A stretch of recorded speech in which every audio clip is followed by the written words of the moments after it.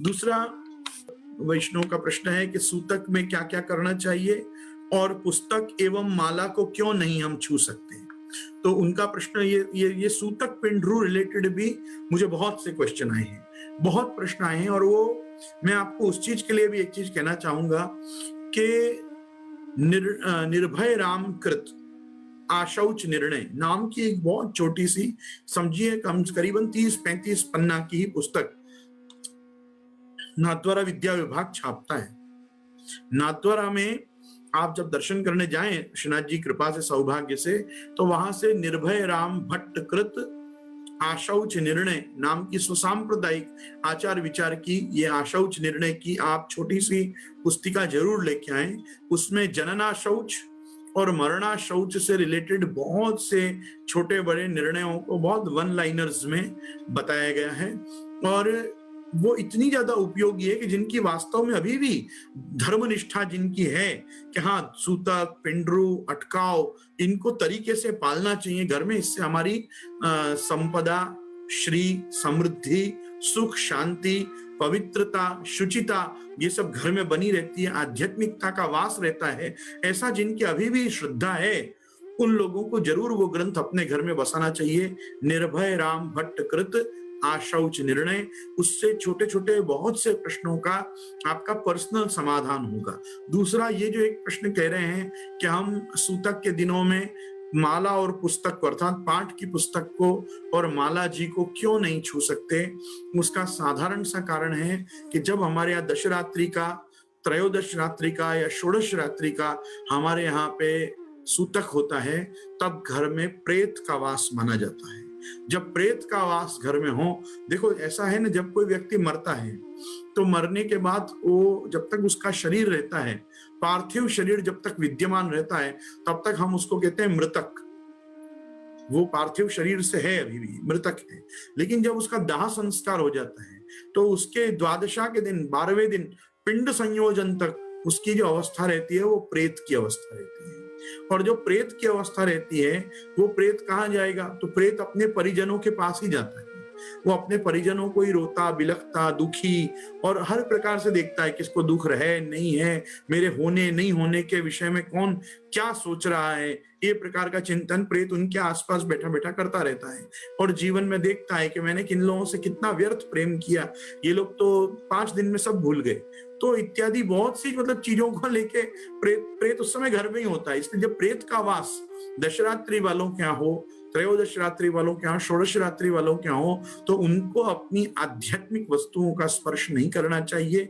उनको मन ही मन, मैं तो कहूंगा कि उच्चारण रूपांशु पद्धति से भी नहीं, केवल मन ही मन जितना हो सके अष्टाक्षर करना चाहिए। और हकीकत में जो व्यक्ति अपने बीच में नहीं है उनकी अच्छी बातों को याद करना चाहिए, उससे उनको बहुत शांति मिलती है। उनके अच्छे गुण, उनके अच्छे अपने साथ के मोमेंट्स, उनके अपने साथ की जो भी यादें हैं उसको व्यक्ति को बारंबार स्मरण करना चाहिए और बारंबार भगवत चरणारविंद में प्रार्थना करनी चाहिए कि प्रभु इनके अपराधों को आप मत देखना, इनके दोषों को आप मत देखना, आप करुणा वरुणालय हो, आप अति कृपालु हो, आप इनको अपना धाम, अपने चरण, अपना स्थान, अपनी सेवा यथा योग्य पद्धति से आप इनको स्वधाम देना, आप अपना धाम इनको, ऐसा विनीत प्रार्थना अपने हृदय से उनके लिए होनी चाहिए जिनका वैकुंठवास अथवा गोलोकवास हुआ है उनके लिए। और जितना हो सके उतना मानसिक रूप से ही जप करना चाहिए, वो भी केवल अपनी शरणागति का चिंतन करना चाहिए, क्योंकि अशक्य वा सुशक्य वा सर्वथा शरणम हरि। अपने को कहा गया है कि अशक्य अवस्था हो कि सुशक्य अवस्था हो, ततः सर्वात्मना नित्यम श्री कृष्ण शरणम मम वदद्भिरेव सततम। जो हुआ उसको विवेकस्तु हरिः सर्वं निजेच्छातः करिष्यति तथैव तस्य लीलेति मत्वा चिंतां द्रुतं त्यजेत इत्यादि श्री महाप्रभु जी के वाक्यों को हृदय में धारण करके धैर्य पूर्वक अच्छे में अच्छा उनके प्रति चिंतन करते हुए अष्टाक्षर करना चाहिए। वो भी करमाला, या बस हमारा ध्यान अष्टाक्षर में बना रहे, उसके लिए श्री जी आदि के जो चित्र घर में हो उनको हम नमस्कार कर सकते हैं, वो भी मन से हाथ जोड़ के। नमस्कार आदि तो द्वादशा के दिन से ही शुरू होते हैं। शय्यादान के बाद हम जब व्यक्ति का पिंड संयोजन भी हो जाए, शय्यादान भी हो जाए, उसके बाद ही हम अपने बड़ों को भी नमस्कार आदि शुरू करते हैं। तो किसी को भी नमन भी हम हाथ जोड़कर नहीं कर सकते। हमको मनी मन उनको भगवत चरणारविंद के चिंतन करते हुए चित्रजीयों को भी हमको केवल हृदय से नमन करना चाहिए, अष्टाक्षर सतत करना चाहिए। और मैं समझता हूं कि अपने भी जीवन में ये देह की क्षणभंगुरता का विचार करते हुए ये विचारना चाहिए कि जिस दिन मेरा सूतक निवृत्त होगा उस दिन से मैं कितना धर्मपरायण जीवन जीना शुरू करूंगा। ये सूतक के दिनों में मैं धर्माचरण नहीं कर पा रहा हूं, तो ये सब धर्माचरण का जो लोप मेरे यहाँ जाति धर्म, लोक धर्म, वेद मर्यादा के कारण हुआ है, मैं इसकी भी भरपाई करूंगा। तब मैं अधिक धर्म करूंगा, क्योंकि धर्म ही मेरे साथ जाने वाला है। ये धर्म अर्थ काम मोक्ष में से तीनों पुरुषार्थ में यही छोड़ देने वाला हूं। धर्म मेरे साथ जाएगा तो मैं जब शुद्ध होऊंगा तब मैं केवल देह से और अपने वातावरण से ही शुद्ध नहीं होऊंगा, अपितु मेरी चित्तवृत्तियों को भी मैं शुद्ध करके और प्रभु के नाम में और प्रभु के लीला गुणानुवाद में लगाने का प्रयास करूंगा। ऐसे अच्छे संकल्प उस समय लेने चाहिए जब हमको श्मशान वैराग्य हो, जब हमारे यहाँ प्रेत का वास हो, मतलब जब जब हो, मतलब अब वो तो कोई ना कोई दिन तो हर व्यक्ति ये दिन देखता ही है। तो इसमें ऐसा नहीं विचारना चाहिए कि जे कह रहे हैं कि तुम्हारे ऐसा हो नहीं, होगा ही ना कभी तो। तब जब हो तब ऐसा अच्छा सोचो, अच्छा करो, अच्छा मन में धारणा, क्योंकि उस समय आप और कुछ नहीं कर सकते। तो ये जो इनका प्रश्न है कि क्यों नहीं करना चाहिए, वो इसीलिए नहीं करना चाहिए क्योंकि इस समय आपके घर का वातावरण धर्मानुकूल नहीं है, धर्माचरण के अनुकूल नहीं है। इस समय प्रेत की स्थिति घर में होने से हमको, आपको ध्यान हो तो देखो, लोग 10 दिन तक घर में एक दिया भी मेंटेन करते हैं।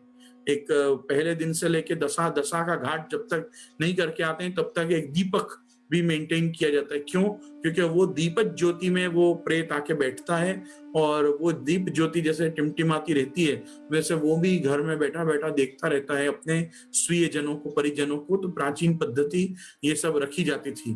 तो ये सब इसीलिए थी क्योंकि हम बताते थे कि भाई अभी 10 दिन तो हमारे यहाँ कुछ भी धर्माचरण नहीं हो सकता, क्योंकि अभी हमारी स्थिति ही ऐसी नहीं है। तो मैं वापस कहना चाहूंगा, पुस्तक, माला जी, बहुत से वैष्णव पूछते हैं हम वार्ता जी कर सकते हैं कि नहीं।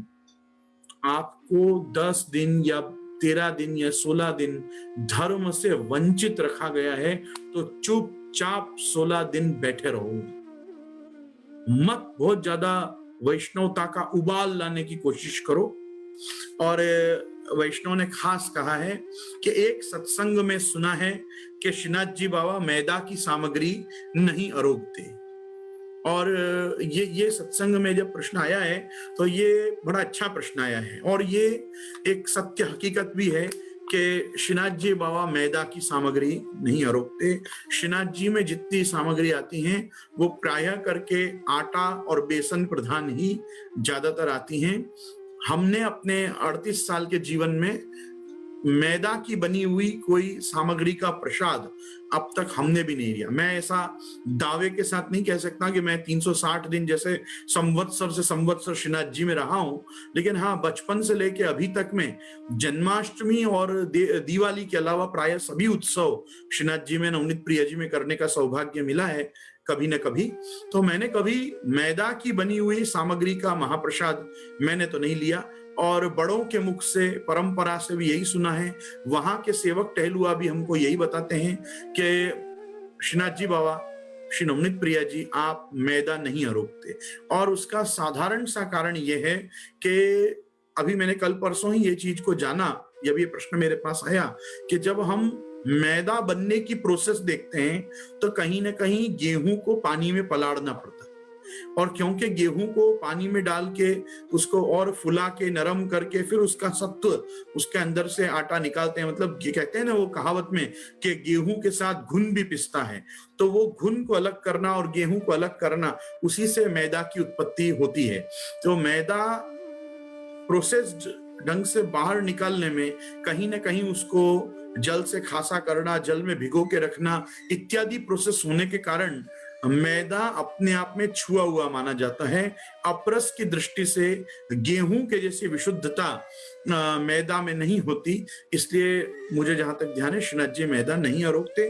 ये जिन्होंने भी सत्संग में सुना है कि श्रीनाथ जी बाबा मैदा नहीं अरोगते, सही सुना है। और ये क्यों नहीं अरोगते, उसके पीछे अपरस या कोई ना कोई मेन ही कारण है, और कोई कारण नहीं। ऐसा नहीं है कि कोई मैदा की सामग्री बड़ों ने कोई जंक फूड मान के या नुकसानदायक मान के नहीं अरोगाई श्री जी को, ऐसा नहीं है।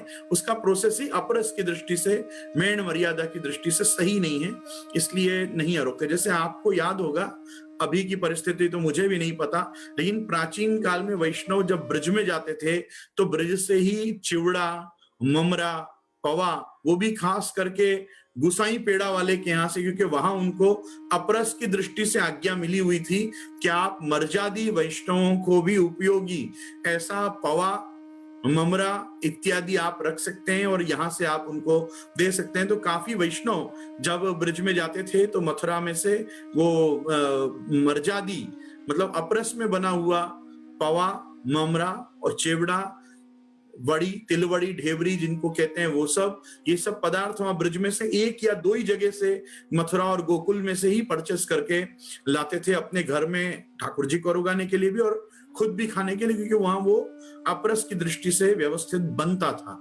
वैसा ही कहीं कभी मैदा का प्रोसेस कभी अपरस में ऐसा नहीं किया गया कहीं कि जहां पे अपरस का मैदा बन के प्राप्त होता हो, इसलिए वो नहीं होता। और मैदा से बनने वाली जो सामग्री है, वो सामग्रियों का भी जो वहां पे रूपांतर श्रीनाथ जी आप अरोगते हैं, उन सामग्रियों को भी आप आटा से ही निर्माण करके और महीन से महीनतम आटा का प्रयोग करके, कपड़ छन्न आटा को करके, और फिर वो आटा से ही आप मैदा संबंधी सामग्रियों को अरोगते हैं। बाकी मैदा श्रीनाथ जी में नहीं आता, ऐसा हम निश्चित रूप से कह सकते हैं, क्योंकि हमने भी गत 38 साल में कभी श्रीनाथ जी से कोई मैदा की चीज का महाप्रसाद नहीं लिया।